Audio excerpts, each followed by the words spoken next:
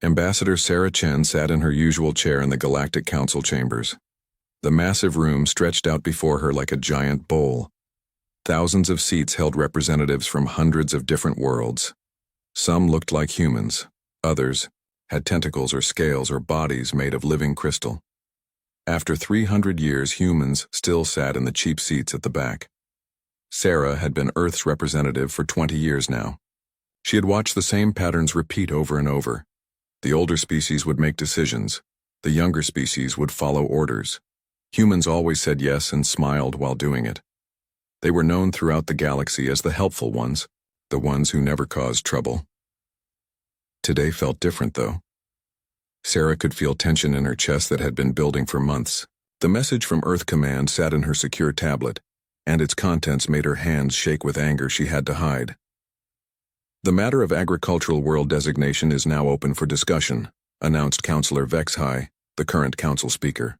His blue skin gleamed under the chamber's artificial suns. The Andorian species had held major council positions for over 1,000 years. They considered themselves natural leaders. Sarah knew what was coming. For the past 6 months, the Zalathi consortium had been eyeing human agricultural colonies. The Zalathi were a species that looked like giant insects with too many arms. They were traders and business owners who controlled much of the galaxy's food distribution. They had been complaining that humans were not using their fertile worlds efficiently enough. The consortium presents compelling evidence, Vexhai continued, his voice echoing through the chamber. Human agricultural yields on the disputed worlds remain below optimal levels.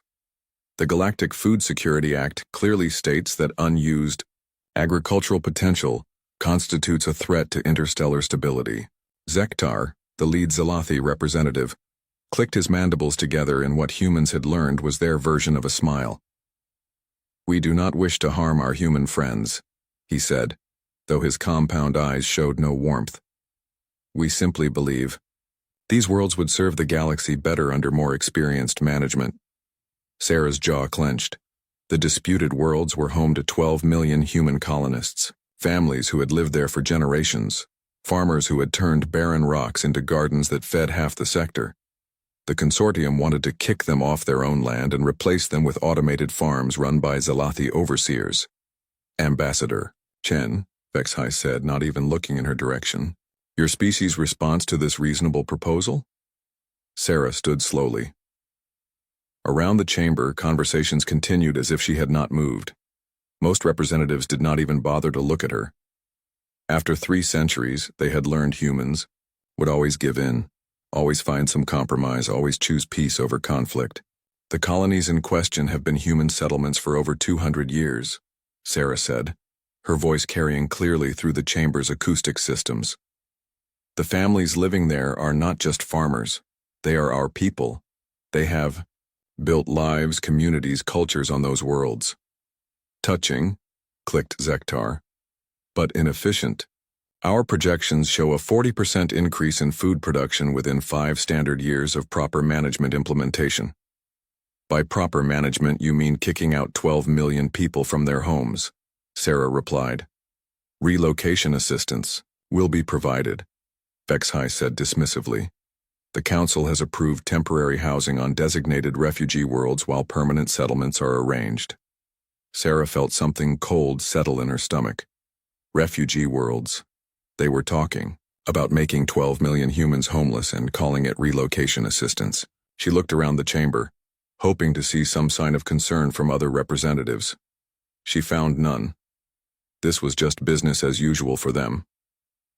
"The matter has been decided," Vexhai announced. "Zalathi Consortium is granted administrative control over former human agricultural worlds designated in Schedule A.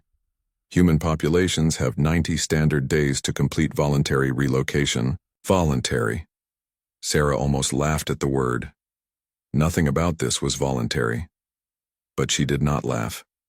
She had learned long ago that showing emotion in the council chambers only made things worse for humans.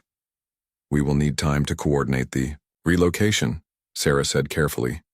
90 days is not sufficient for moving 12 million people. "The timeline is non-negotiable," Zektar clicked. Optimal planting season begins in 95 standard days. Any delays reduce projected yields. That was it then?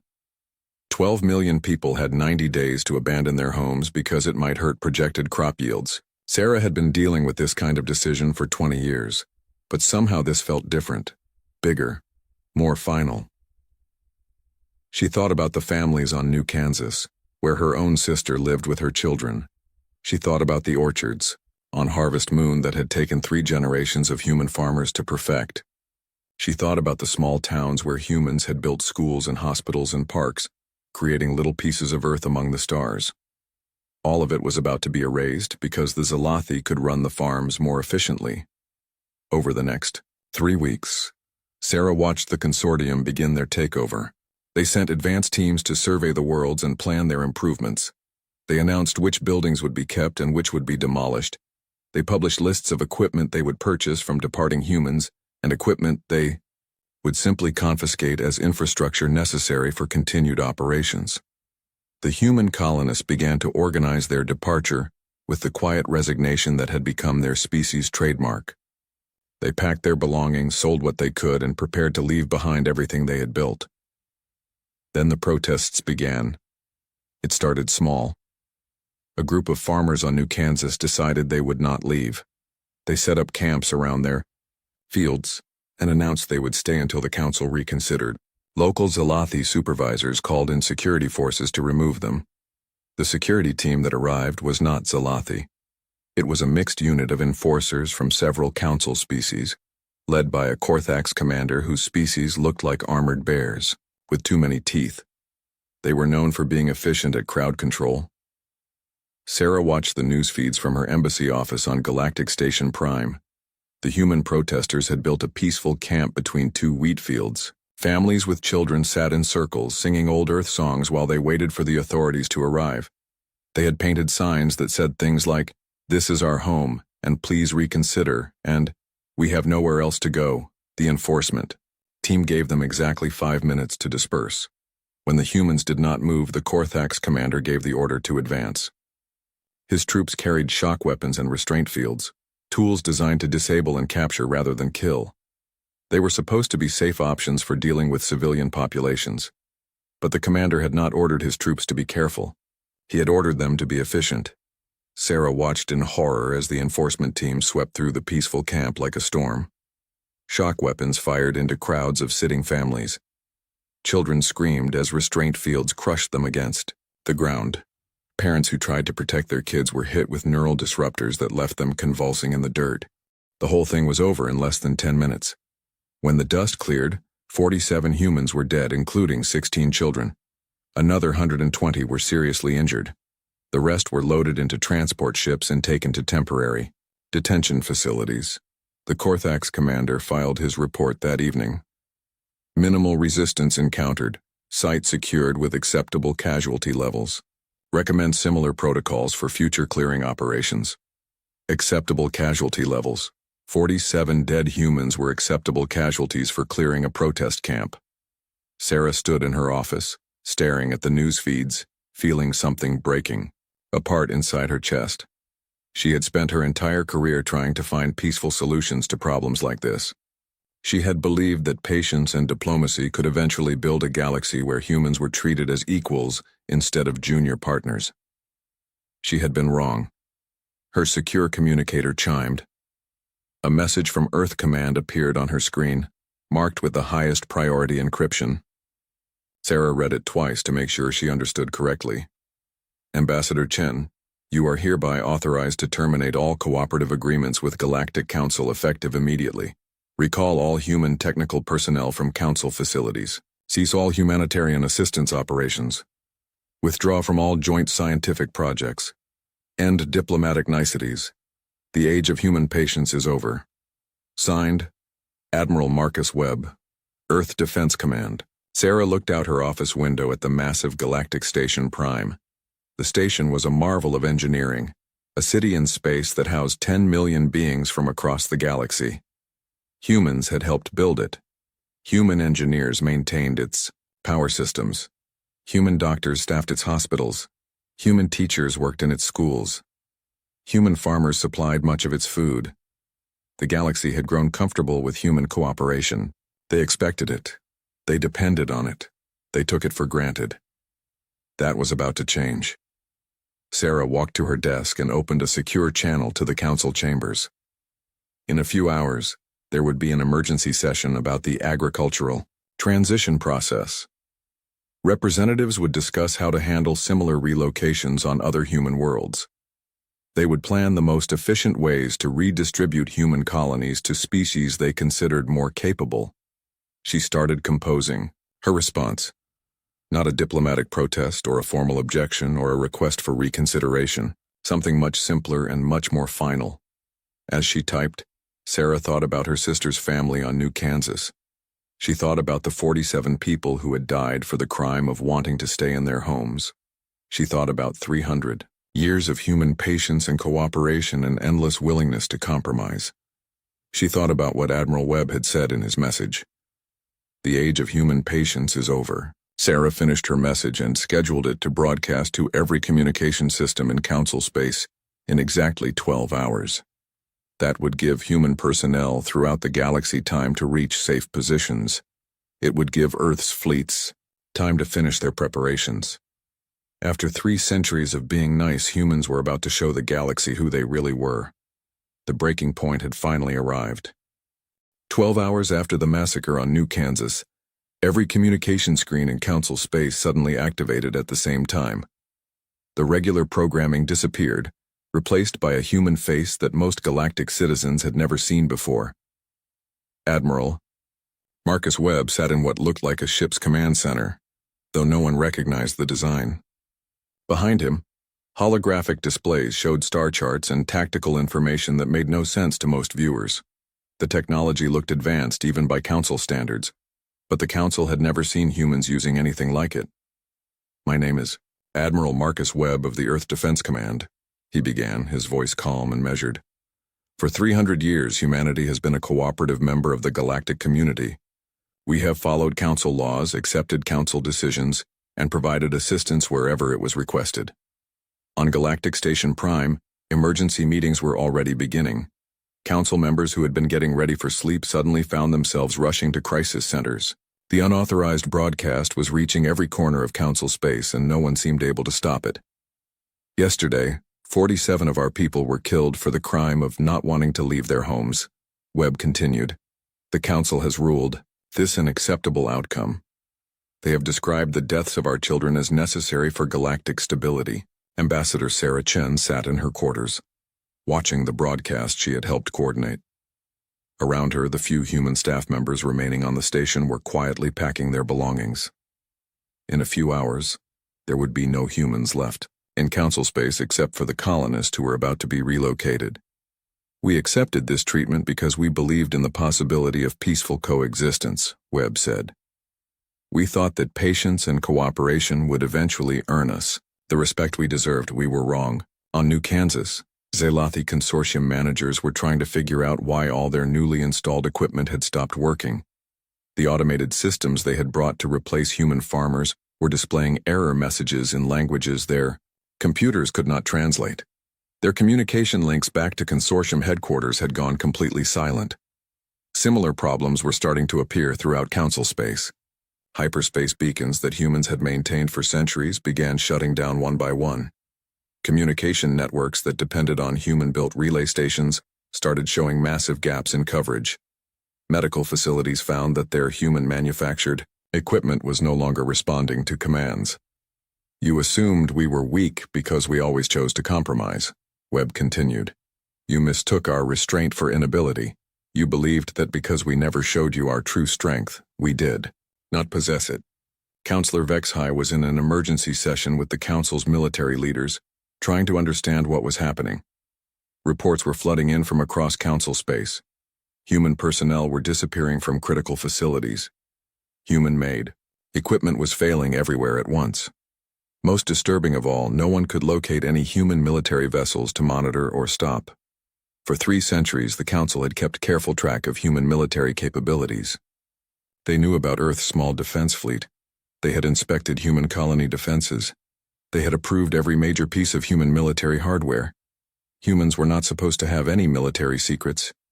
We have 50,000 worlds that your surveys never found, Webb said, and council chambers across the galaxy fell silent. We have technologies your scientists never imagined. We have capabilities your military analysts never detected. 50,000 worlds. The entire council space contained only about 20,000 inhabited systems. If humans really controlled 50,000 worlds, they had somehow hidden a civilization twice the size of the known galaxy. Zektar, the Zalathi representative who had led the agricultural takeover, was frantically trying to contact his home government. The communication channels were dead. His own security systems were showing impossible readings. According to his sensors, there were no ships anywhere near his location. But his defensive screens were detecting massive energy signatures that seemed to be coming from empty space. The Zalathi Consortium has demanded proof of our claims, Webb said, as if he could hear Zektar's thoughts. We are happy to provide a demonstration. On the main viewer in the council chambers, a new image appeared. It showed the Zalathi home system, specifically the area around their capital world of Hive Prime. The planet was surrounded by massive orbital defense platforms, each one the size of a small moon. The Zalathi were proud of these defenses. They had spent centuries building them, creating what they claimed was the most impregnable fortress in the galaxy. Council members watched in stunned silence as the orbital platforms simply vanished. Not destroyed, not damaged, just gone, as if they had never existed. We moved them, Webb explained calmly.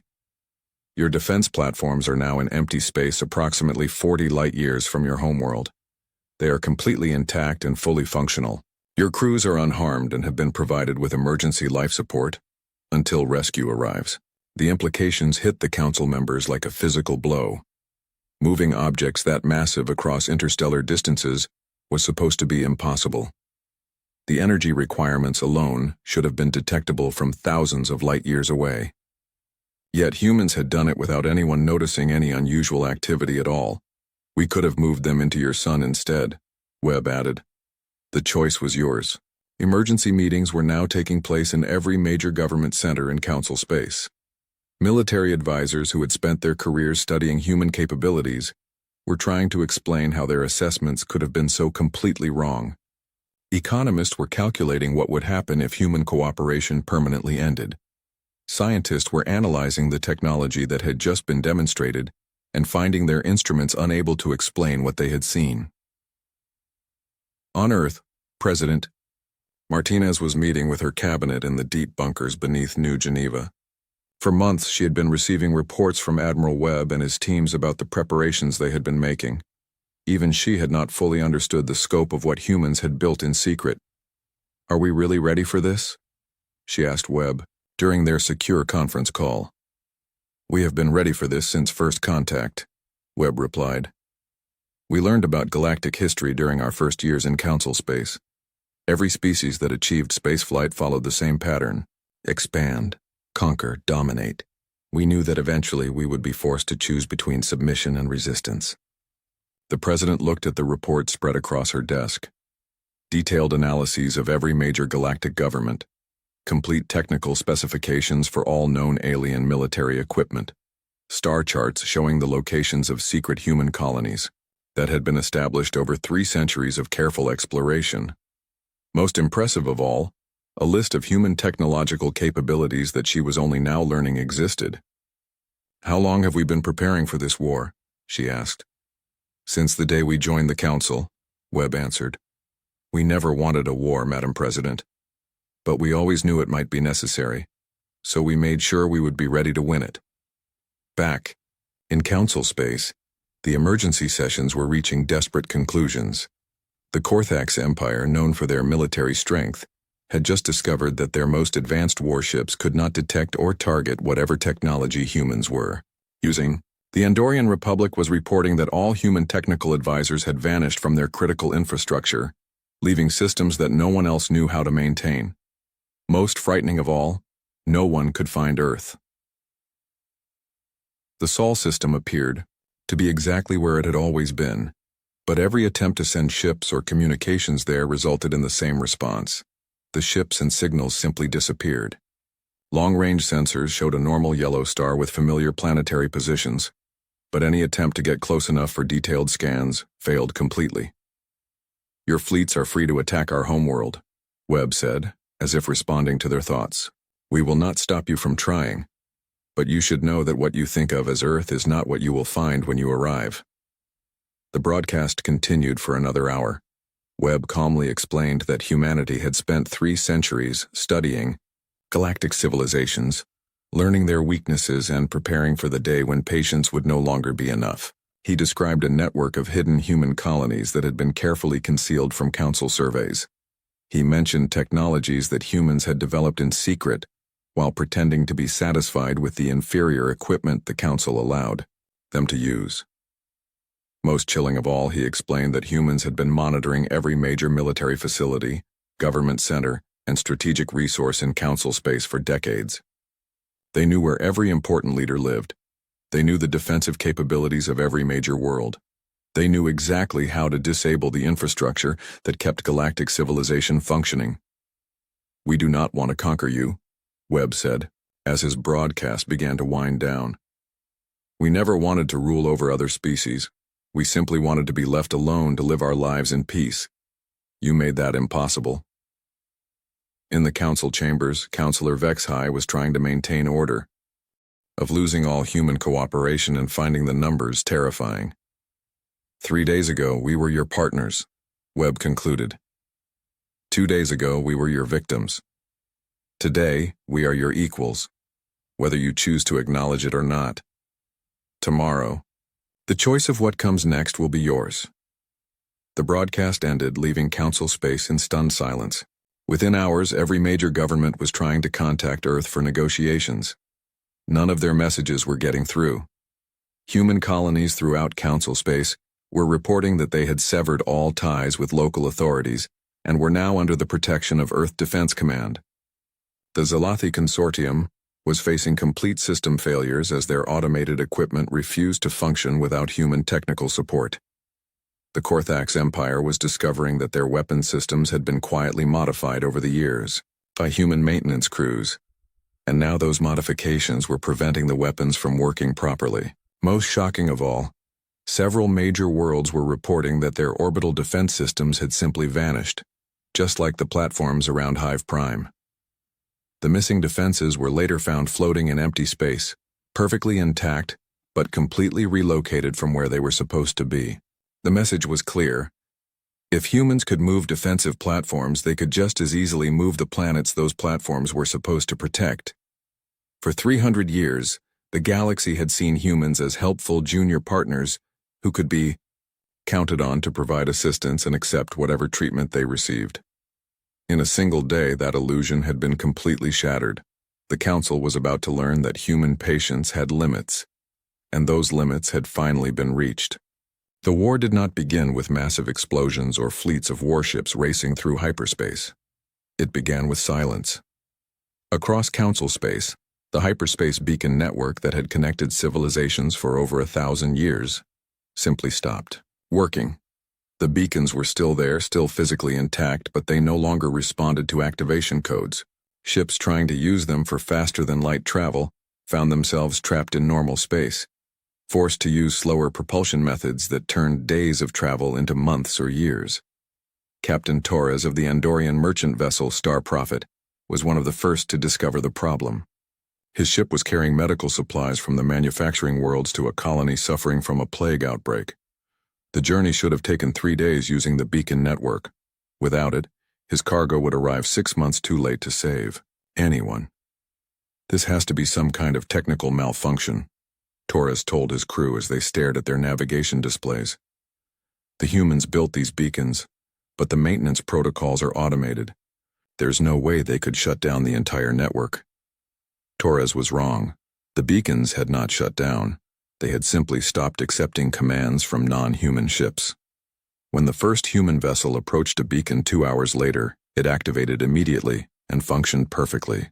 The human ship completed its jump and continued on its way, leaving Torres and thousands of other stranded captains to realize the truth. The humans had not destroyed the beacon network. They had taken control of it. On Galactic Station Prime, emergency meetings were taking place in every government sector. Counselor Vexhai stood before a massive holographic display showing the rapidly collapsing state of galactic transportation. Red indicators marked beacon failures throughout Council space. Yellow warnings showed communication networks going offline. Orange alerts indicated critical supply shortages already developing on dozens of worlds. How long can our economies survive without human cooperation? Vexhai asked his advisors. The answer came from Economic Minister Ralden, whose species had been tracking galactic trade for centuries. Best case scenario, assuming we can restore basic services quickly, we're looking at 18 months of severe shortages. Worst case, if the humans maintain their position indefinitely, we face complete economic collapse within 5 years. That assumes they stop at passive resistance, added military advisor Kreshna. If they decide to take active measures, we could see total infrastructure failure within weeks. As if summoned by Kreshna's words, reports began flooding in from across the galaxy. Human technical personnel were not just leaving their posts, they were taking with them the access codes, maintenance procedures, and technical documentation that kept critical systems running.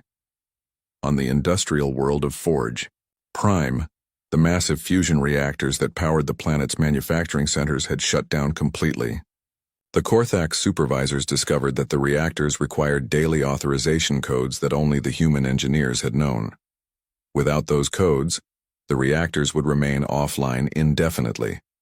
Similar problems were developing everywhere humans had worked. Medical facilities found that their diagnostic equipment was locked behind human-specific security protocols.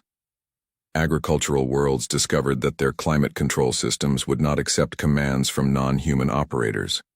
Even basic life support systems on space stations were failing as human-maintained components refused to function. They didn't sabotage anything, reported Chief Engineer Voltar from Forge Prime. They just made sure that nothing would work without them. The implications were staggering. For 3 centuries, humans had quietly made themselves indispensable to galactic civilization. They had not done it through force or threats, but through simple competence and reliability. Now that competence was being withdrawn, and the galaxy was discovering how dependent they had become on human cooperation, Admiral Thexan of the Korthax Empire was preparing what he considered the obvious response. If humans wanted to play games with infrastructure, he would remind them why the Korthax were known as the galaxy's premier military force.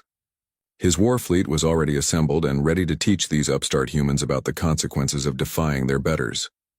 Target the primary human colonies, Thexan ordered his fleet commanders during their strategic briefing. We will demonstrate that their technical tricks cannot protect them from superior firepower. The target was New Geneva, one of the oldest and most important human colonies outside the Sol system. Intelligence reports indicated it was a major population center with minimal defensive capabilities. A quick strike against New Geneva would show the galaxy that humans could be defeated, despite their mysterious technologies. Thexan's fleet consisted of 12 heavy battle cruisers, each one capable of destroying a planet's surface defenses, single-handedly. They were supported by 40 escort frigates and a massive command dreadnought that served as Thexan's flagship. It was the largest military force the Korthax had assembled in over a century. The fleet approached New Geneva through normal space, since the hyperspace beacons were no longer accepting their commands. Long-range sensors showed exactly what they expected: a peaceful colony world with a few orbital platforms and some light defensive satellites. No sign of the advanced human military that Admiral Webb had claimed to possess. Maintain attack formation, Thexan commanded as his ships moved into weapons range. Prepare to demonstrate the price of human arrogance. That was when the human ships appeared. They did not come from hyperspace, which would have created detectable energy signatures. They did not decloak, which would have shown up on sensors as they approached. One moment, space around the Korthax. Fleet was empty. The next moment it was filled with vessels that should not have been able to exist. The human ships were larger than anything in the Korthax fleet, but they moved with impossible grace for their size. They seemed to flicker in and out of normal space, appearing in one location and then instantly materializing somewhere else. Most disturbing of all, they showed no energy signatures that Korthak's sensors could identify. Unknown vessels. You are interfering with a lawful military operation, Thexan broadcast on all frequencies. Withdraw immediately or face the consequences. The response came from a human ship that had somehow positioned itself directly between Thexan's dreadnought and the planet below. The vessel was easily 3 times the size of his flagship, though it had appeared there without any detectable movement. "This is Captain Rivera of the UES Retribution," came the calm reply. "You are approaching a human colony with hostile intent. You have one opportunity to withdraw peacefully." Thexan laughed, a sound that came out as a growling roar through his species' vocal apparatus. "You are outnumbered 20 to 1, human. Your threats are meaningless." "We are outnumbered," Rivera agreed. "Would you like me to correct that imbalance?" Before Thexan could respond, space around his fleet filled with more human ships. Hundreds of them, appearing from what seemed like empty vacuum. Within seconds, the Korthak's fleet found itself, completely, surrounded by vessels that had materialized out of nowhere. "How is this possible?" demanded Commander Vekral from one of the escort frigates. "There's nothing on sensors. These ships don't register on any of our detection systems." "That's because you're using the wrong sensors," Rivera explained as if she were teaching a class of students. "Your technology assumes that ships exist in normal space-time. Ours exist in whatever dimensional phase we choose." Thexan had spent his entire career studying military tactics and had never encountered anything like this. Ships that could appear and disappear at will. Vessels that could not be targeted by conventional weapons because they existed partially, outside normal space. Technology that made his entire fleet's advantages meaningless. "You want to see what humans are capable of when we stop being nice," Rivera continued. "I'm going to give you 2 choices. Order your fleet to withdraw and return home, and we'll escort you safely out of our space, or open fire on us and learn why we don't build weapons the way other species do." Thexan was not accustomed to backing down from challenges. The Korthaks had built their reputation on never showing weakness in the face of enemy threats. His instincts told him to attack, to show these humans that military superiority could not be overcome by technical tricks.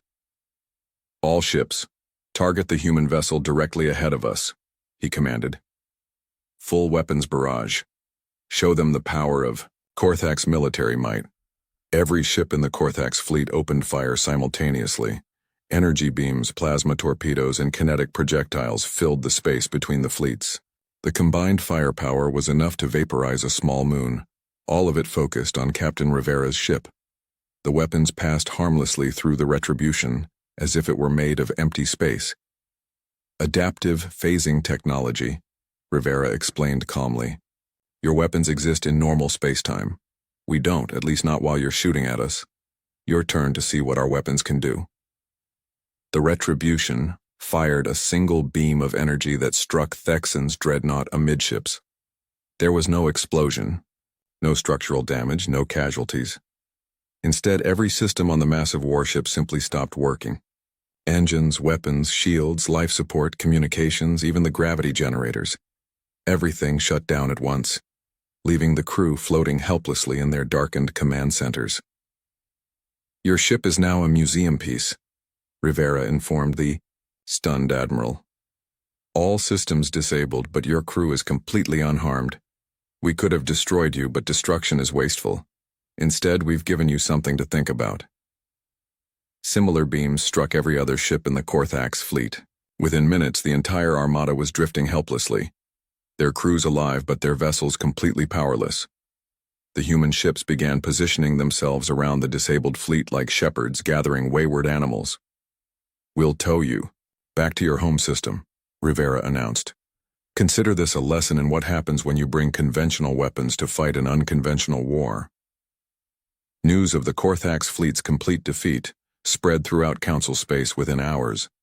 The most feared military force in the galaxy had been neutralized without a single shot being fired effectively. Worse, the humans had demonstrated that they could disable enemy ships without destroying them, which meant they had been choosing to show mercy rather than demonstrating inability to cause harm. Emergency sessions were convening in every major government center. Military advisors who had spent their careers analyzing human capabilities were trying to explain how their assessments had been so completely wrong. Economic ministers were calculating the costs of continued conflict with beings who could shut down galactic civilization at will. On Earth, Admiral Webb was monitoring the situation from his command center deep beneath the Pacific Ocean. The SCI-FI facility had been under construction for over 2 centuries, built by human engineers using technologies they had developed in secret while pretending to be satisfied with council-approved equipment. "How are our people handling the transition?" Webb asked his operations chief. "Better than expected," came the reply. 300 years of preparation are paying off. Our colonies are completely self-sufficient now that we've activated the hidden infrastructure. Our fleets are positioned to protect every human settlement. Most importantly, civilian morale remains high now that they know we're finally fighting back. Webb nodded, looking at the tactical displays that showed human vessels throughout the galaxy. Ships that had been disguised as cargo haulers and passenger transports were revealing their true nature as advanced military platforms. Hidden bases that had been camouflaged as mining operations or research stations were coming online as strategic command centers. The galaxy was about to learn that human patience had not been weakness. It had been preparation time. And now that preparation was complete. The real war was about to begin. 3 weeks after the Korthax fleet's humiliating defeat, the Galactic Council was beginning to understand the true scope of what humanity had hidden from them for 3 centuries. Reports flooded in from across council space, each one more disturbing than the last. On the industrial world of Titan Forge, mining supervisors had discovered that their excavation sites were not actually mining sites at all. The massive tunnels that humans had carved over decades were not for extracting minerals. They were carefully concealed observation posts equipped with sensors that could monitor everything happening within a 50 light-year radius. Similar discoveries were being made everywhere humans had worked. What appeared to be simple research stations were actually advanced intelligence-gathering facilities. Seemingly routine cargo shipments had been carrying sophisticated surveillance equipment that was now revealing the locations of every major military installation in council space. "They've been watching us for 300 years, reported Intelligence Director Nexaval during an emergency briefing on Galactic Station Prime. "Every fleet movement, every government decision, every strategic resource, it's all been monitored and cataloged by human observers." Counselor Vexhai stared at the holographic displays showing the extent of human surveillance. Thousands of monitoring stations, all perfectly hidden, all providing detailed information about council activities. The humans had not just been cooperative members of galactic society. They had been conducting the most comprehensive intelligence operation in known history. "How many of our secrets do they know?" Vexhai asked. "All of them," Nexaval replied grimly. "Based on the sophistication of their monitoring network, we have to assume they have complete intelligence on every council member species. They know our military capabilities, our economic weaknesses, our political structures, our social problems, everything." While the council was still trying to comprehend the scope of human intelligence gathering, the Hegemon Alliance was preparing what they considered the ultimate response. The Alliance was a coalition of the galaxy's most militarily aggressive species, united by their belief that strength was the only language that mattered in interstellar relations. Supreme Commander Vashati of the Alliance had been quietly assembling the largest military force in galactic history. Representatives from 12 different species had contributed their best warships, their most experienced crews, and their most advanced weapons. The combined fleet numbered over 3,000 vessels, more than enough firepower to sterilize an entire solar system. "If the humans want to hide behind their technical tricks, we will force them to face us in open battle," Vashati declared to his assembled commanders. "We will strike at their homeworld itself. Let them try to phase shift when their planet is under direct attack." The Alliance fleet had spent weeks planning their assault on Earth. They had analyzed every scrap of intelligence about Sol system defenses, studied the tactical data from the Korthax fleet's encounter, and developed new weapons specifically designed to counter human phasing technology. Most importantly, they had discovered what they believed was a secret hyperspace route that would allow them to bypass the mysterious barriers that seemed to protect Earth from long-range observation. The route had been found in ancient star charts that predated human contact with the galaxy. The humans may have hidden their homeworld from conventional approach vectors, Vashati explained to his fleet commanders. But they could not have anticipated attack routes that existed before they joined galactic society.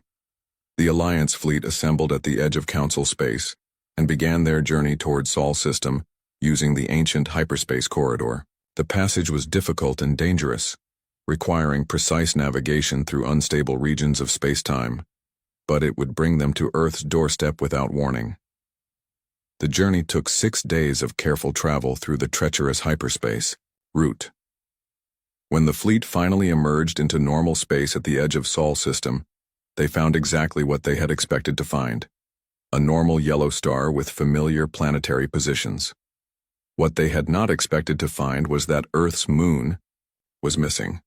Confirm sensor readings, Vashati ordered his navigation officer. Where is the satellite designated Luna? The answer came from his science division. Luna was gone, replaced by something that should not have been possible to build. Where Earth's moon should have been, a massive artificial structure now orbited the planet. The construction was the size of a small moon itself, but clearly manufactured rather than natural. Even more disturbing, the original Luna was still visible in Earth's sky. Long-range sensors showed it hovering in a different orbital position, apparently moved to make room for the artificial construction that had taken its place. They moved their moon, whispered Commander Yaktel from one of the escort squadrons. How do you move an entire moon? The same way they moved our orbital defense platforms, Vashati replied grimly. With technology we don't understand. The Alliance fleet moved deeper into Sol system. More impossible sights came into view. The original Luna, now clearly visible as an artificial construction site, was surrounded by shipyards that dwarfed anything in Council space. Vessels the size of continents were under construction in massive building berths. The construction activity suggested that humanity had been building warships for centuries, hidden behind the disguise of their natural moon. This is not possible, reported Chief Engineer Molsek from his analysis station. The energy requirements for construction on this scale should have been detectable throughout the local galaxy cluster. How did they hide industrial activity of this magnitude? The answer became apparent as more human constructions came into view. Sol system was not the small, lightly defended star system that Council surveys had documented. It was a fortress that had been carefully concealed for 3 centuries. Artificial structures filled the space between planets, all of them camouflaged to look like natural objects or empty space to outside observers. Most impressive of all was the structure that had replaced Luna. As the Alliance fleet approached, Earth-detailed scans revealed that the artificial moon was actually a single massive weapon platform. Its surface was covered with devices that no Council scientist could identify, but the energy signatures suggested firepower beyond anything in the known galaxy. Supreme Commander, reported Tactical Officer Vendar, his voice shaking with barely controlled fear. I'm reading weapon signatures from that platform that exceed our combined fleet's total firepower by several orders of magnitude. Vashti stared at the tactical displays, trying to comprehend what he was seeing. The weapons platform that had replaced Earth's moon could apparently destroy his entire fleet with a single barrage. Worse, there were dozens of similar platforms, scattered throughout the inner system, all of them hidden behind sophisticated camouflage that had fooled galactic sensors for centuries. Open communications with the human forces, Vashati ordered, though he was beginning to suspect that his grand assault had become something closer to suicide. The response came from the massive weapons platform that orbited Earth. This is General Harrison, Sol Defense Command. You have brought 3,000 warships into our home system with hostile intent. Before we discuss your surrender terms, I want you to understand exactly what you chose to fight. The image that appeared on every screen in the Alliance fleet showed a human military officer standing in what appeared to be the command center of the artificial moon. Behind him, holographic displays showed tactical information that made the Alliance commander's blood run cold. Every ship in their fleet was tagged and tracked, Every weapon system was analyzed and cataloged. Every possible escape route was covered by human defensive positions. The Alliance fleet was not conducting a surprise attack. They had flown directly into the most sophisticated trap in galactic history. "You came to our home to make war on our families," General Harrison continued, his voice calm but carrying an undertone of absolute menace. "We could have stopped you 100 light-years out, but we wanted you to see this. We wanted you to understand what you chose to fight." The general gestured to his tactical displays, and the information appeared on the Alliance fleet's screens as well. Weapons platforms that could destroy planets, defensive systems that could disable entire fleets without firing a shot. Most terrifying of all, ship construction facilities that suggested humanity could build fleets faster than the Alliance could destroy them. "Your combined fleet represents the largest military force ever assembled in galactic history," Harrison observed. "It took you months to gather these ships from across Council space. It would take us approximately 6 hours to build a replacement. Fleet of equivalent size, assuming we needed to." Supreme Commander Vashati found his voice, though it came out as barely more than a whisper. "What are you?" Harrison's expression softened slightly, as if he were explaining something to a confused child. "We're what you made us pretend not to be. For 3 centuries, you treated us as junior partners who needed guidance and supervision. You assumed we were weak because we chose cooperation over conflict. You mistook our patience for inability." The general walked to a viewport that showed Earth hanging in space below. The planet looked peaceful and normal, but the Alliance commanders now knew they were seeing another illusion. If humanity had hidden this much military capability throughout Sol system, Earth itself was probably not what it appeared to be either. "We learned your histories during our first years in Council space," Harrison continued. "Every species follows the same pattern: explore, expand, conquer, dominate. We knew that eventually you would decide we were successful enough to be worth conquering." The holographic displays changed to show historical data from across the galaxy.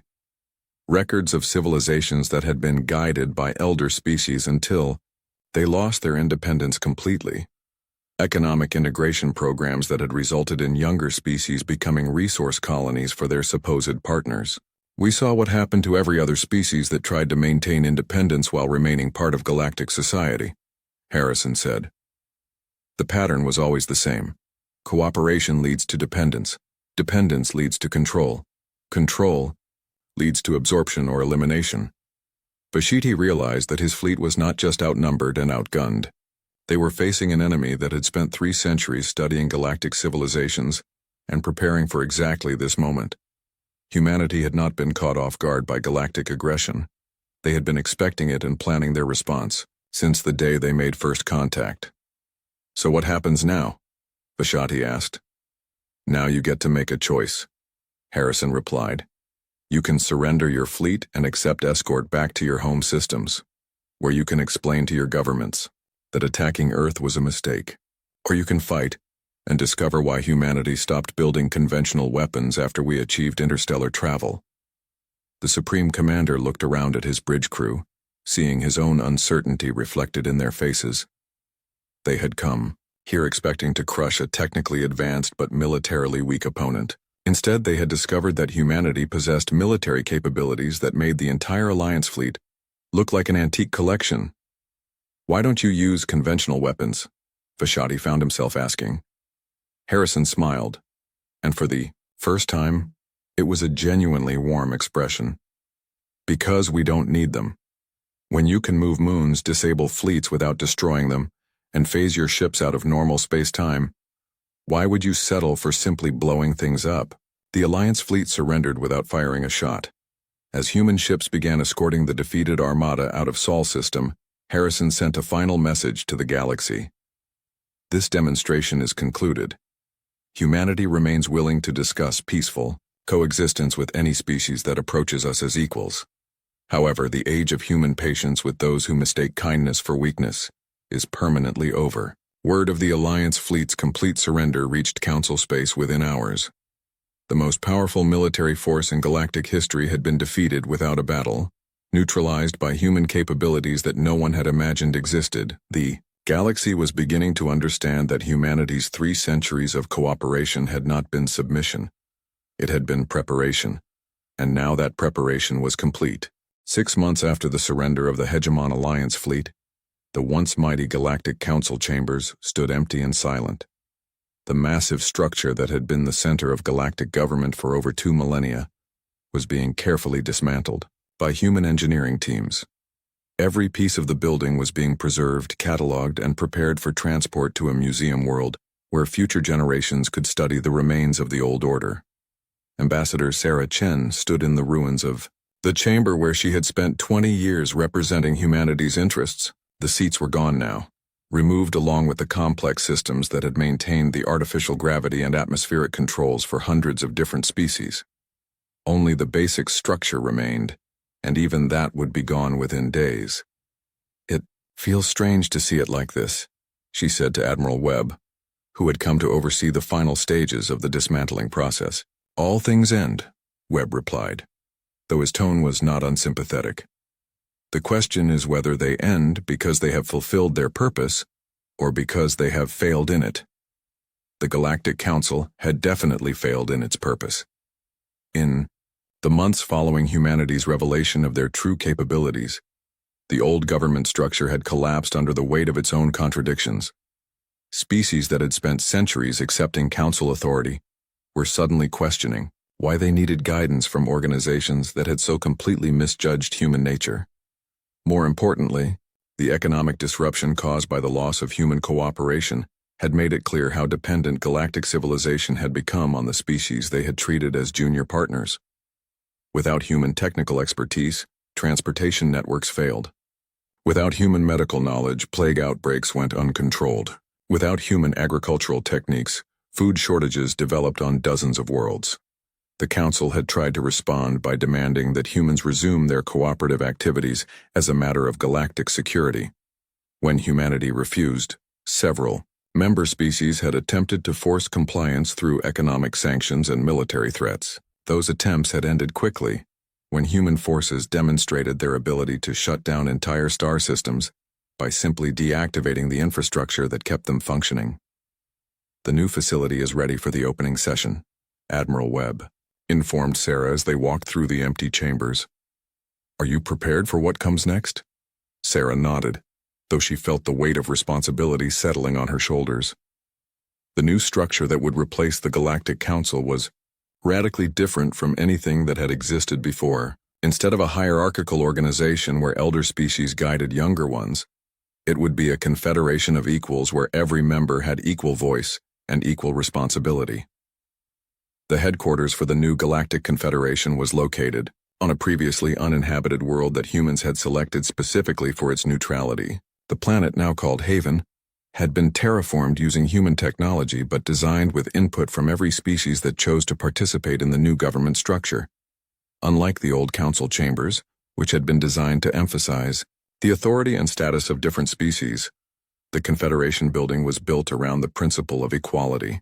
Every representative had identical facilities, identical access to information, and identical voting power regardless of their species' age, size, or technological development. Most importantly, membership in the Confederation was completely voluntary. Species could choose to participate as full members, associate members, or not at all. There were no requirements for joining beyond a commitment to peaceful coexistence and mutual respect. There were no penalties for leaving beyond the loss of Confederation benefits and services. "The Scifi delegation has requested a private meeting before the opening ceremonies," Webb informed Sarah, as they made their way to the transport that would take them to Haven. "They want to discuss terms for their membership application." Sarah was not surprised. The Scifi Consortium had been among the first to feel the effects of human non-cooperation. Their automated farming systems, designed to replace human agricultural colonies, had failed completely without human technical support. Worse, the human colonies they had displaced had cut off all food exports to Scifi space, creating shortages that threatened millions of Scifi civilians. The private meeting took place in one of Haven's neutral conference facilities. Zektar, the same Scifi representative who had led the takeover of human agricultural worlds, looked significantly less confident than he had during the council sessions 6 months earlier. "Ambassador Chen," he began, his mandibles clicking nervously. "The consortium wishes to express its regret regarding the recent misunderstandings between our peoples." "Misunderstandings," Sarah repeated, her voice carefully neutral. "Is that what you call the forced displacement of 12 million humans and the deaths of 47 protesters?" Zektar's compound eyes shifted uncomfortably. "The consortium acknowledges that errors in judgment were made. We are prepared to offer substantial compensation for any inconvenience that may have resulted from our actions." "The families of the people who died are not inconvenienced," Sarah replied. "They are grieving. The communities that were destroyed are not inconvenienced. They are homeless. You cannot compensate for murder and displacement by calling them misunderstandings." The Zalathi representative was quiet for several minutes, apparently trying to find words that would somehow make the situation acceptable. Finally, he spoke in a much quieter voice than his species typically used. "What do you want from us?" Sarah looked across the table at the being who had been so confident in his species' right to take human worlds and displace human families. 6 months of economic collapse had taught the Zalathi what 3 centuries of cooperation had failed to demonstrate: that other species deserved respect, not just exploitation. "We want you to understand that other beings have value," Sarah said, simply. "We want you to recognize that having advanced technology or economic power does not give you the right to treat other species as resources to be managed. We want you to learn the difference between cooperation and domination. And if we agree to these conditions, humanity will resume cooperative activities with Zalathi space. Humanity will consider applications for membership in the Galactic Confederation from any species that demonstrates a genuine commitment to peaceful coexistence," Sarah replied. "But understand that membership is not a return to the old system. There will be no senior and junior partners, no elder species guiding younger ones, no special privileges based on age or technological advancement." The Zalathi delegation spent 3 days in private consultation before returning with their decision. They would apply for associate membership in the Confederation, with the understanding that full membership would depend on their ability to demonstrate genuine change in their treatment of other species. Similar conversations were taking place throughout the former council space. The Korthax Empire, humbled by the complete defeat of their most powerful fleet, was requesting human assistance in rebuilding their economy without the military aggression that had defined their culture for centuries. The Andorian Republic was asking for guidance in transitioning from a hierarchical society to one based on equality and mutual respect. Even more significantly, dozens of younger species that had never been allowed meaningful participation in galactic government were sending representatives to Haven. For the first time in galactic history, every intelligent species would have the opportunity to participate as equals in interstellar civilization. The opening session of the Galactic Confederation was held on a day that humans had declared Equality Day, a new holiday celebrating the principle that all intelligent beings deserved respect regardless of their species, technology, or political power. Representatives from over 200 different worlds attended the ceremony. President Martinez of Earth gave the opening address, her words carried by translation systems to every delegate in their own languages. She spoke about the lessons that humanity had learned during 3 centuries of patience, and the hope that those lessons could be applied to building a better future for all species. "We learned that true strength comes not from the ability to dominate others, but from the wisdom to cooperate with them as equals," Martinez said. "We learned that peace cannot be maintained by forcing weaker species to accept the decisions of stronger ones. We learned that diversity of thought, culture, and perspective makes all of us stronger." The president gestured to the assembled delegates, representing the greatest gathering of species in galactic history. "Today, we begin an experiment in truly cooperative government. Not rule by the strongest or the oldest or the most technologically advanced, but governance by consent of all participants." The session continued for 3 days, with delegates working to establish the basic principles and procedures that would guide the new confederation. Unlike the old council, which had been dominated by a few powerful species making decisions for everyone else, the Confederation operated on the principle that every voice deserved to be heard.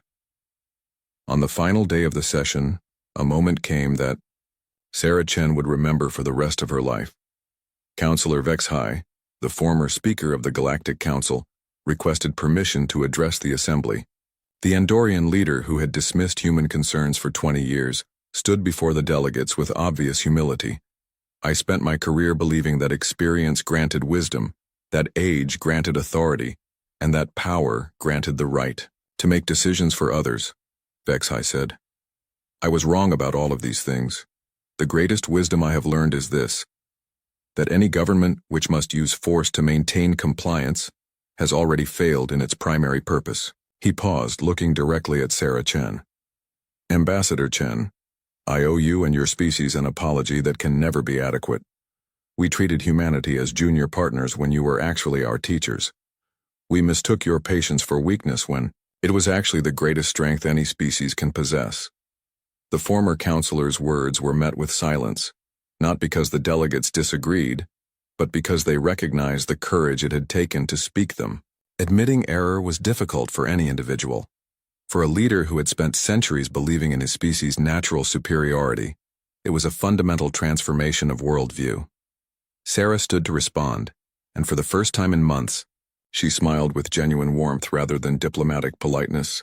"Councillor Vexhai, the greatest strength any being can possess is the ability to recognize when they have been wrong and choose to do better. The Confederation welcomes all species that are willing to learn and grow together." The session concluded with the signing of the Confederation Charter, a document that established the principles of mutual respect, voluntary cooperation, and equal participation that would guide galactic civilization going forward.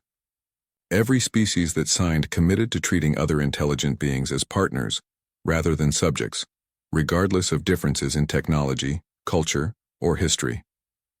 As the delegates prepared to return to their homeworlds, Admiral Webb approached Sarah with a final report from Earth Command. "The integration process is proceeding faster than our most optimistic projections," he told her.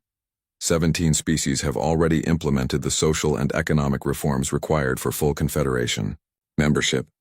Another 34 are in the process of transitioning their governments to meet Confederation standards. Sarah nodded, looking out at the delegates boarding their ships for the journey home. "What about the species that have chosen not to participate?" "About 40 species have elected to remain independent," Webb replied. "They're maintaining peaceful relations with the Confederation, but they prefer to handle their own affairs without outside involvement. We're respecting their choice as long as they respect others' rights to make different choices." It was exactly what humanity had wanted from the beginning: the freedom to choose their own path without interference, while respecting other species' rights to do the same. The galaxy was finally large enough for everyone to be what they truly were. As Sarah watched the ships departing for hundreds of different worlds, she reflected on the path that had brought them to this moment. 3 centuries of patience had led to 6 months of conflict, which had resulted in a new structure that might last for millennia. The age of human patience was over, but it had been replaced by something better, an age of mutual respect where no species needed to be patient with oppression, because no species would be allowed to practice it. For the first time since joining galactic civilization, humans could be themselves without pretending to be less than they were. And for the first time in galactic history, every intelligent species had the same opportunity. The war was over. The real work of building a better galaxy was just beginning.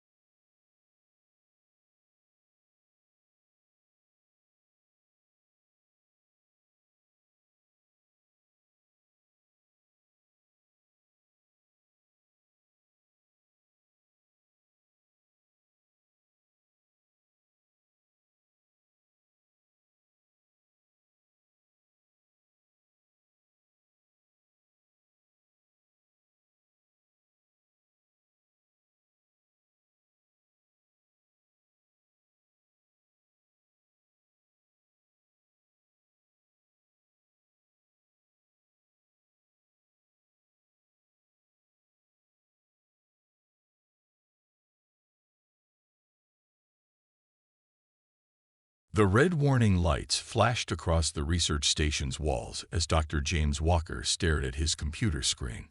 His eyes were fixed on the strange readings coming from the deep space scanner. After 20 years of searching the Kuiper Belt for signs of alien artifacts, he had almost given up hope. But now, something was different. "Tom, come look at this," he called to his assistant, who was half asleep in his chair. "These readings don't make sense." Tom rubbed his tired eyes and walked over. The young researcher had been working double shifts ever since the war with the stellar Dominion had reached the outer solar system. "What am I looking at, Doc?" "See this energy signature?" James pointed to a faint blue line on the graph. "It's coming from an object about 40 million kilometers from here, but it's not moving like a comet or asteroid, and the metal content is off the charts." As they watched the screen, another alarm started blaring. This one was more familiar, the warning system that detected approaching Dominion ships. The war had been going badly for Earth.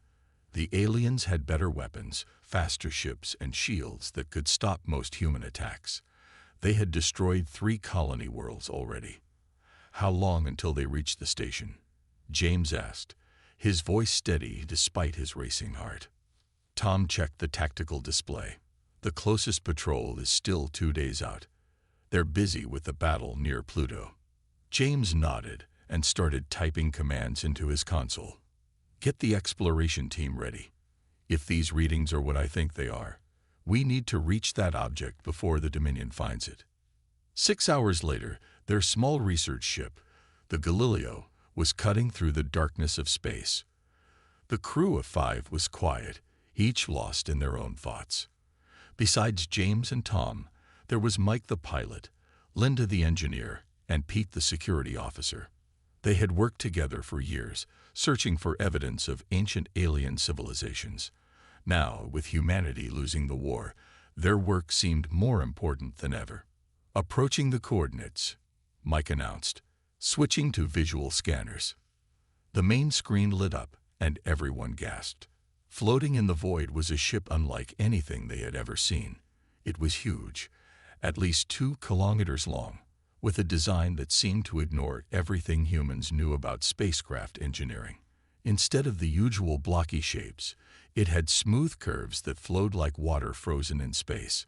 Its hull was covered in patterns that looked like circuit boards made of crystal. "It's beautiful," Linda whispered. "And look at the hull. There's not a scratch on it. How is that possible after floating out here for who knows how long?"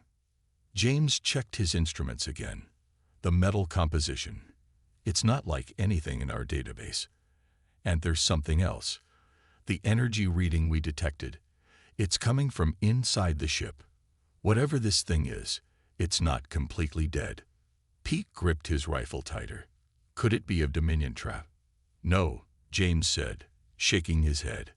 "Their technology doesn't look anything like this, and dating scans suggest this ship is at least 50,000 years old, maybe much older."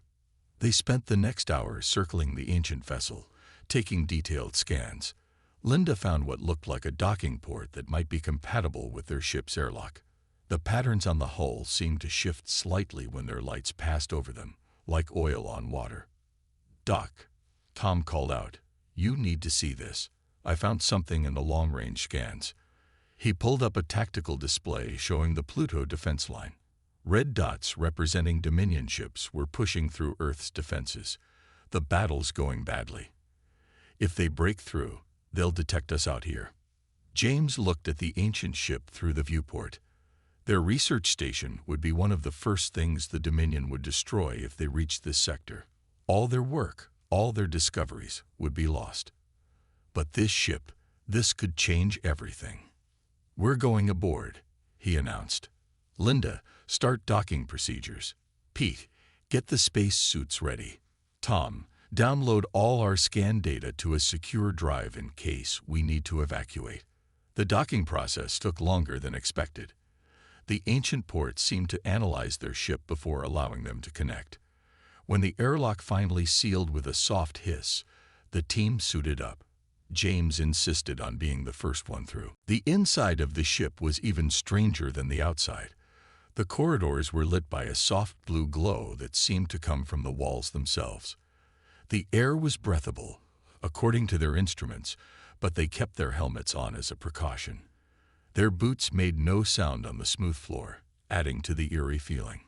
The energy signature is stronger this way, Linda said, checking her scanner. They followed her through curving hallways that seemed to be designed for beings about human size.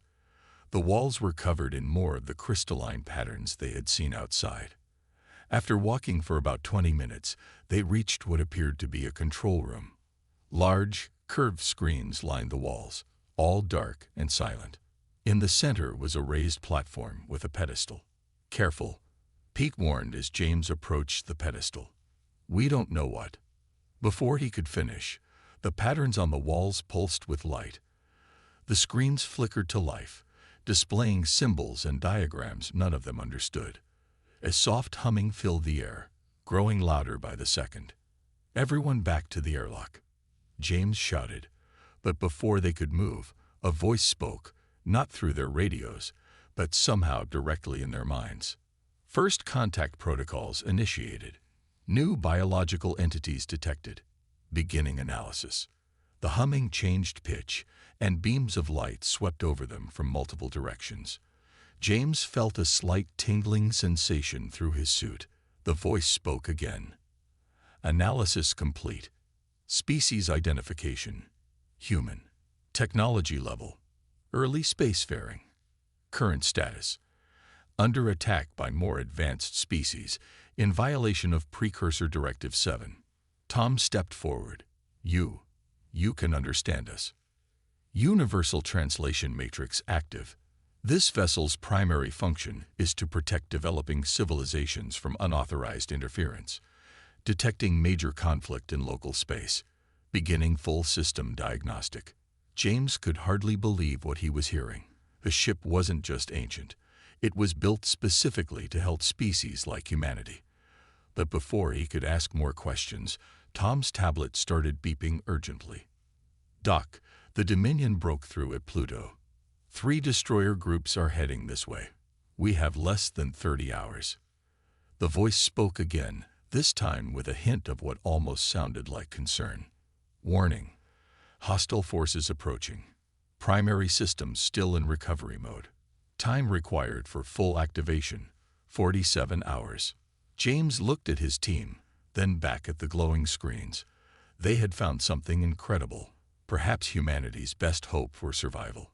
But with the Dominion closing in, they needed to figure out how to protect it.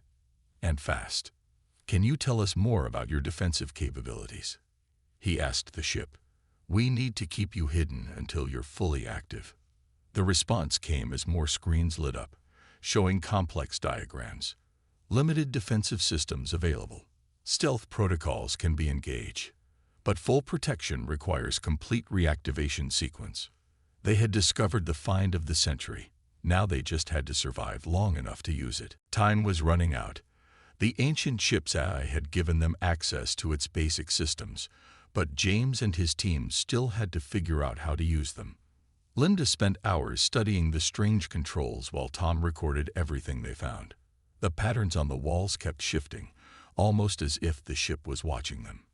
"I think I understand some of this," Linda said, her hands moving over the crystal-like surface of what seemed to be an engineering station. "The ship doesn't just have engines. It can bend space itself, but most of its systems are still waking up." Mike walked in from his exploration of the forward sections. "You won't believe what I found. There's some kind of observation deck up there. The walls become completely transparent. It's like standing in open space." "Focus, people," Pete interrupted, checking his tactical display. "We've got 26 hours before the Dominion arrives. Doc, what's our plan?" James looked up from the central pedestal where he'd been communicating with the ship's eye. "The ship says it can teach us how to use its stealth systems, but there's a problem. We need to power down our research station completely. Any energy signature could give away our position." The team fell quiet. The station contained years of their research, samples from across the solar system, and their only long-range communication equipment. Powering it down meant losing their connection to Earth's defense network. They would be completely alone out here. "Do it," Tom said firmly. "Better to lose the data than let the Dominion find the ship." James nodded and called the skeleton crew they'd left at the station. Within an hour, the station went dark. The Galileo, still docked to the ancient vessel, powered down next. Now only the ship's own systems remained active, humming softly in the background. The AI's voice echoed in their minds again, beginning emergency protocols. This vessel will now attempt to integrate with compatible organic operators. Before anyone could ask what that meant, the walls pulsed with bright light. James felt a strange tingling sensation, stronger than before. Images flashed through his mind. Star maps, weapon systems, engine schematics. The others gasped, experiencing the same thing. "What's happening?" Pete demanded, his hand instinctively reaching for his weapon. "The ship is teaching us," Linda whispered, her eyes wide. "I can feel it. I understand how the engines work now. It's incredible." Each of them received different information. Mike suddenly knew how to pilot the massive vessel. Tom understood its sensors and communication systems. Pete gained knowledge of its defensive capabilities. Linda learned about its engineering systems. And James began to grasp just how advanced the ship's creators had been. "Warning," the AI announced. "Hostile vessels have increased speed. New arrival estimate, 18 hours. They worked quickly, using their new knowledge. The ship's stealth systems were unlike anything humans had developed. Instead of just hiding from sensors, it bent light and space around itself, becoming literally invisible. But maintaining the stealth field burned through power they needed for the reactivation sequence. How did beings create technology this advanced? Tom wondered aloud as he worked with the sensor controls. It's like they understood the basic laws of physics better than we do. They did, James replied, sorting through the information in his head. The precursors, that's what they called themselves. They had reached the point where technology and natural law became the same thing. This ship isn't just a machine. It's like a piece of space itself, shaped to their will. Linda called them over to her station. Look at this. The ship's hull isn't solid metal. It's made of billions of tiny machines that can change their structure. That's why it looks perfect after all this time. It repairs itself. Incoming transmission, Tom announced suddenly. It's from the Pluto defense line. They gathered around as he played the message. The news was bad. Earth's forces had lost the battle badly. The Dominion wasn't just sending patrol ships anymore. They were sending a full battle group to clear out the entire sector. How many ships? Pete asked, his face grim. At least 30, Tom replied, including 2 of their dreadnoughts. The AI spoke again. Alert. This vessel detects high levels of stress in organic operators. Implementing emergency measure 47. The blue glow in the walls turned to a soft green. Everyone felt a wave of calm wash over them. Their fear didn't disappear, but it became manageable. Their thoughts became clearer. The ship is helping us stay focused, James realized. It's not controlling us, just helping us handle the situation. They spent the next few hours learning everything they could. The ship's AI explained that it had been left behind by the precursors to watch over younger species. When the Dominion had attacked Earth, it should have awakened automatically, but something had damaged its sensors during its long sleep, delaying the response. There's something else, Linda said, studying a diagnostic screen. The ship isn't just waking up, it's evolving. The more it interacts with us, the more it adapts to work with human minds and bodies. It's like it was designed to grow with whatever species found it. 16 hours passed quickly. They took short breaks to eat and rest, but mostly they worked, preparing for what was coming. The AI taught them more with each passing hour. They learned about weapons that could disable other ships without destroying them, shields that existed in multiple dimensions, and engines that could cross the galaxy in weeks instead of years. Multiple vessels entering detection range. The AI announced. Time to contact, 43 minutes. They gathered in the control room, each at their stations. The ship had changed noticeably in the past day. The patterns on the walls moved faster now, and the whole vessel thrummed with energy. Through the observation deck, they could see the stars clearly. Soon, those same stars would be filled with Dominion ships. Full power to stealth systems, James ordered, surprised at how natural it felt to command this incredible vessel. Linda, how are the primary systems coming along? Better than expected, she replied, her hands dancing over the crystalline controls. We're at 60% power now. Weapons and shields are online, but not at full strength. The AI says we can fight if we have to, but we'd still be vulnerable. They'll find us eventually, Pete said from his security station. Stealth field or not, they'll notice their sensors being bent around us. We need a plan. James looked at the tactical display, watching the Dominion ships approach. They'd moved in perfect formation, their dark hulls bristling with weapons. Earth's finest ships had shattered against those hulls. But now humanity had something the Dominion had never seen before. Tom, he said quietly, what's the status of the ship's knowledge banks? Mostly online. We have access to about 70% of the precursor database.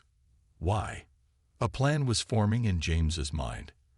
He could feel the ship's AI considering it too, adding its vast knowledge to his human intuition. The Dominion thinks they're the most advanced species in this part of space, he said. Let's show them how wrong they are. But first, we need to survive the next few hours. The first Dominion ships were visible now, their engines burning bright against the black of space. The ancient ship hummed louder, ready for whatever came next. Its human crew, trained in hours to use technology beyond their dreams, prepared themselves. The real test was about to begin. The Dominion ships filled the observation screen, their black hulls blocking out the stars. James counted at least 40 vessels now, more than they had expected. The massive dreadnoughts led the formation, each one bigger than a small city. Their scan beams swept through space, searching. They're getting closer to our position, Tom mourned from his sensor station. The stealth field is working, but they're being very thorough. The ancient ship's AI spoke in their minds. Alert, hostile scan patterns detected. Analysis suggests 78% probability of detection within 17 minutes. Linda looked up from her engineering controls. We're at 68% power now. The reactivation is speeding up, but we still need more time. James watched the enemy ships through the transparent walls of the observation deck. He could feel the AI processing information, suggesting options. An idea formed in his mind. If they're going to find us anyway, he said, maybe we should choose when and how it happens. The ship's been teaching us for a reason. Time to use what we've learned. He shared his plan with the crew. It was risky, but everyone agreed it was better than waiting to be discovered. They moved to their stations, ready. Power readings at 70%, Linda reported. All basic systems are online. Weapons charge, Pete added. But remember, we're still not at full strength. James took a deep breath. Begin Phase 1. The ancient ship's stealth field changed. Instead of hiding them completely, it now created ghost images. Dozens of false sensor readings spreading out across space. The Dominion fleet's formation broke apart as ships moved to investigate. They're confused, Tom said, watching the enemy reactions. Their sensors are picking up strange energy signatures everywhere. They think they're surrounded. The AI's voice held a note of approval. Tactical deception protocols executing correctly. Hostile forces operating at reduced efficiency due to confusion. One of the Dominion dreadnoughts turned directly toward their position. Its massive weapons powered up, ready to fire at any threat. James waited until it was fully committed to its new course. Now, he ordered, full power to forward shields. The ancient ship dropped its stealth field. The Dominion crews must have been shocked to see a massive unknown vessel suddenly appear in their midst. The dreadnought fired immediately. its energy weapons lighting up space. But something incredible happened. As the beams struck the ancient ship shields, they didn't just stop. They changed direction, curving around the hull like water around a rock. The AI explained what was happening through their mental link. Shield technology utilizing dimensional phase variance. Hostile weapon energy redirected through subspace. The dreadnought fired again, this time with its main gun. The beam that could crack planets splashed harmlessly across their shields. In response, Pete activated one of the ancient ship's less powerful weapons. A pulse of blue light shot out, hitting the dreadnought's engines. The massive ship's power flickered and died. "Direct hit," Pete reported. "Their engines are offline, but the crew is unharmed, just like we planned." The rest of the Dominion fleet was reacting now. Ships moved to surround them. Weapons charge. James felt sweat on his forehead, but kept his voice calm. "Linda, how's our power level?" 75%, and rising faster now. Something about that energy absorption helped speed things up. The AI added new information to their tactical display. "Attention. Primary memory banks now online. Beginning historical data transmission." Suddenly, their screens filled with images from the distant past. They saw the precursors, tall, peaceful beings who had seeded the galaxy with life. They watched as those same beings created ships like this one, designed to protect young civilizations until they were ready to join the galactic community. "Tom," James called out, "broadcast this on all frequencies. Let them see it too." The data streamed out to every ship in range. The Dominion fleet held their position, weapons still aimed at the ancient vessel. For several long minutes, nothing happened. Then a message came through. "Unknown vessel," a harsh voice said. "Identify yourself and explain these images." James stood on the command platform. The AI helped him form his response, adding its ancient authority to his words. "This ship is a precursor guardian vessel, left to protect developing civilizations.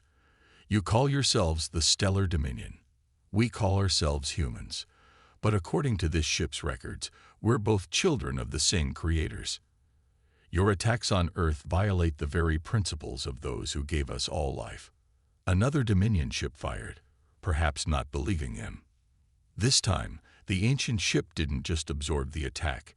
It redirected the energy, using it to power up its systems even faster. "Power at 82%, Linda announced. "The attacks are actually helping us." The AI spoke again, this time broadcasting to all ships in range. "Warning. Continuation of hostile actions will result in activation of peacekeeping protocols. This vessel's primary function is preservation of life, not destruction." To demonstrate its point, the ship fired a series of precise shots. Each pulse of energy disabled a different Dominion vessel's weapons while leaving their life support and other systems untouched. The ships hung in space, crews unharmed but unable to fight. "Look at this," Tom said suddenly. "I'm picking up transmissions between their ships. They're arguing with each other. Some of them want to keep fighting, but others." The tactical display showed the Dominion fleet's formation breaking down. Some ships moved back, while others pressed forward. The ancient ship's screen showed more historical data, the precursors' hopes for cooperation between species, their plans for a peaceful galaxy. They're receiving more than just pictures, James realized. The AI is sharing the precursors' knowledge. Their whole reason for believing they're superior is falling apart. Linda called out from her station. "Power level at 85%. Something big is happening with the ship's systems."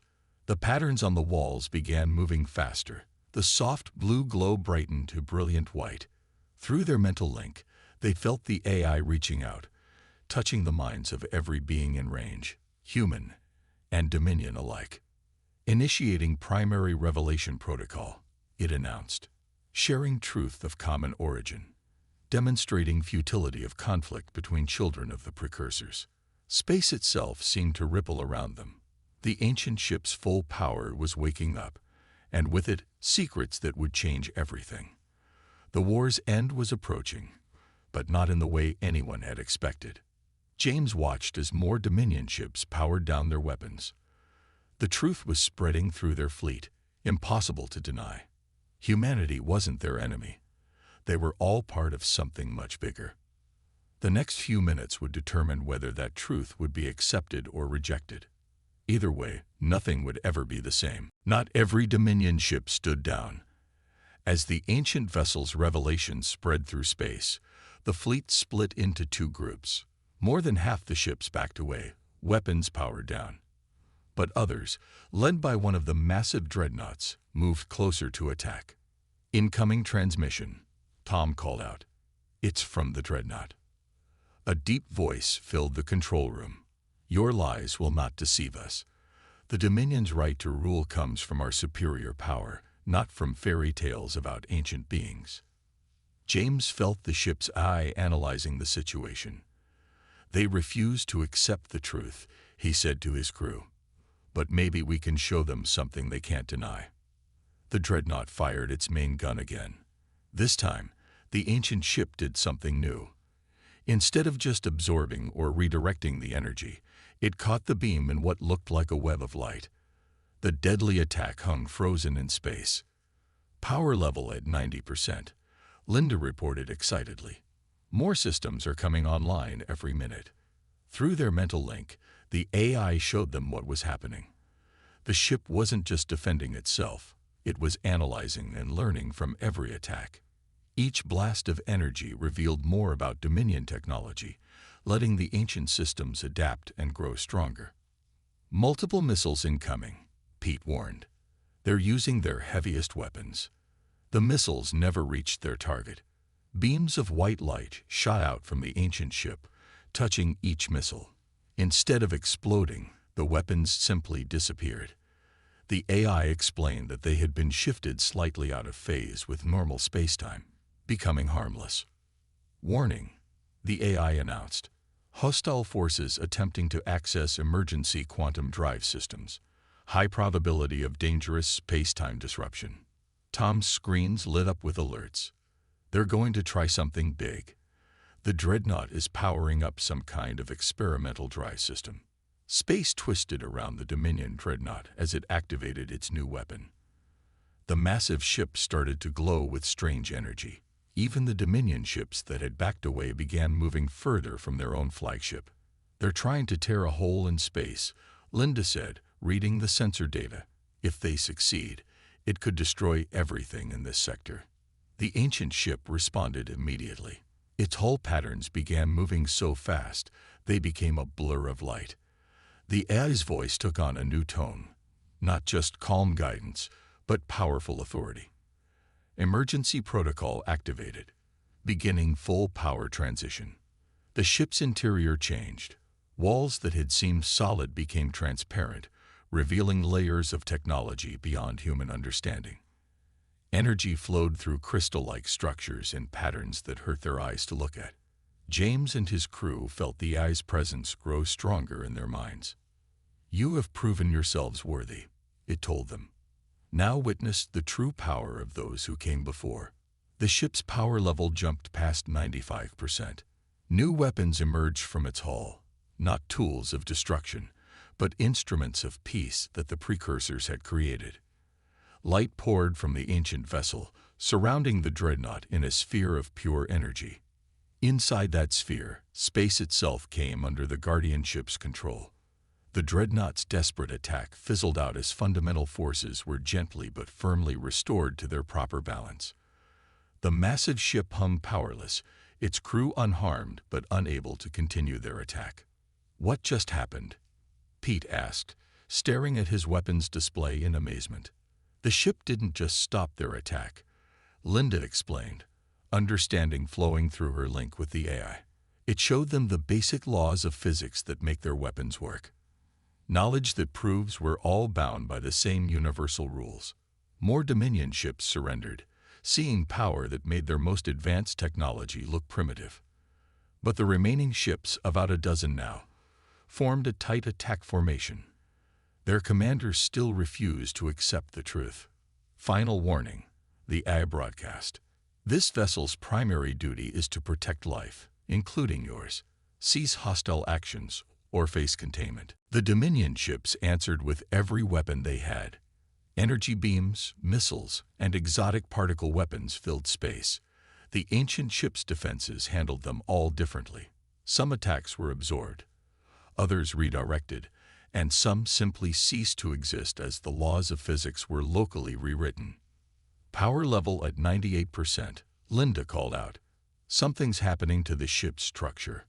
The vessel's hull began to change. The flowing patterns merged and shifted, forming new shapes. It was no longer just a ship. It was becoming something the precursors had designed to reshape the very fabric of space and time. Attention all crews, the AI announced to every ship in range. This vessel will now demonstrate the full scope of precursor technology. Prepare for temporary space-time discontinuity. James felt the ship's systems reach full power. Knowledge flooded his mind. The true history of the galaxy, the precursors' plans for all their created children, and the incredible responsibility they had left behind in ships like this one. They didn't just leave us these ships to stop wars, he realized. They left them to bring us together. Space rippled around them. The ancient ship created a bubble of altered reality, trapping the remaining Dominion vessels inside. Time slowed in that bubble, giving the hostile crews a chance to see and understand what was happening. The AI reached out to their minds, not to control, but to show them the truth they had been denying. The bubble was filled with images from the past, the precursors seeding worlds with life, watching civilizations grow, and creating guardians to protect their work. The Dominion crews saw their own ancestors, helped along the path to intelligence by the same beings who had guided humanity's evolution. Look at their ships, Tom said, pointing to his sensors. Their power readings are dropping. They're standing down. One by one, the last fighting ships went quiet. Not destroyed or defeated, but convinced by proof they couldn't deny. The ancient ship's bubble dissolved, leaving the crews shaken but wiser. Through it all, the Guardian ship continued to change. Its hull now rippled with patterns of pure light. New abilities were awakening. Powers that could reshape worlds, move stars, and touch the minds of entire civilizations. But the AI kept most of these powers dormant, showing wisdom in its restraint. The precursors didn't want us to rule through power, James told his crew, understanding at last. They wanted us to learn how to rule ourselves. A new message came from the Dominion fleet, not from the dreadnought this time, but from the ships that had first chosen to stand down. They wanted to talk, not about surrender or victory, but about what would come next. The war wasn't quite over, but its end was now inevitable, and it would come not through destruction, but through understanding. The ancient ship had awakened just in time to show both sides a better way forward. Peace talks began right there in deep space. The ancient ship created a neutral meeting ground, forming a sphere of breathable atmosphere between the gathered vessels. Representatives from both sides came together in this impossible space, floating among the stars. James and his crew watched as Dominion leaders faced human commanders. The war had left both sides wounded and bitter, but the Guardian ship's revelations had changed everything. Its AI maintained the peace, gently damping hostile emotions while letting reason prevail. The precursors gave us more than just life, James told the gathered leaders. They gave us this chance to become something greater than we are. Through the mental link, the AI showed everyone present a vision of the future. They saw worlds rebuilt, civilizations growing together, and technologies shared instead of hoarded. The Dominion's leaders, faced with power far beyond their own, began to understand the price of their pride. Our ancestors believed they had earned their power through strength, one of the Dominion commanders said. But we were guided, just as humanity was. We are all children playing with toys compared to what the precursors created. Linda worked at her engineering station, studying the ship's systems as they operated at full power. The technology we're seeing, it's not just advanced, it's perfect, like they found the ideal way to use the universe's own rules. The ancient ship continued to evolve even as the talks went on. Its hull now looked like flowing liquid light, and its internal spaces shifted to accommodate the needs of all species present. The AI shared more of the precursor's knowledge, but carefully, making sure both sides were ready for each revelation. They're not just giving us answers, Tom realized, watching the data flow through his screens.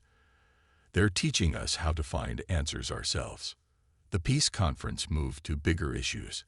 The Dominion had attacked Earth believing they were the most advanced species in the galaxy. Now they faced proof that they were part of a larger plan. Their entire reason for war had been built on false pride. "We offer peace," the Dominion's highest-ranking commander announced. "Not because we are defeated, but because we have been shown a better path." But peace brought its own challenges. Both sides had lost lives in the war. Planets had been damaged, families torn apart. The hatred and fear wouldn't disappear just because leaders signed agreements. The Guardian ship had an answer for this too. Its AI spoke to all present, sharing the precursor's wisdom about healing after conflict.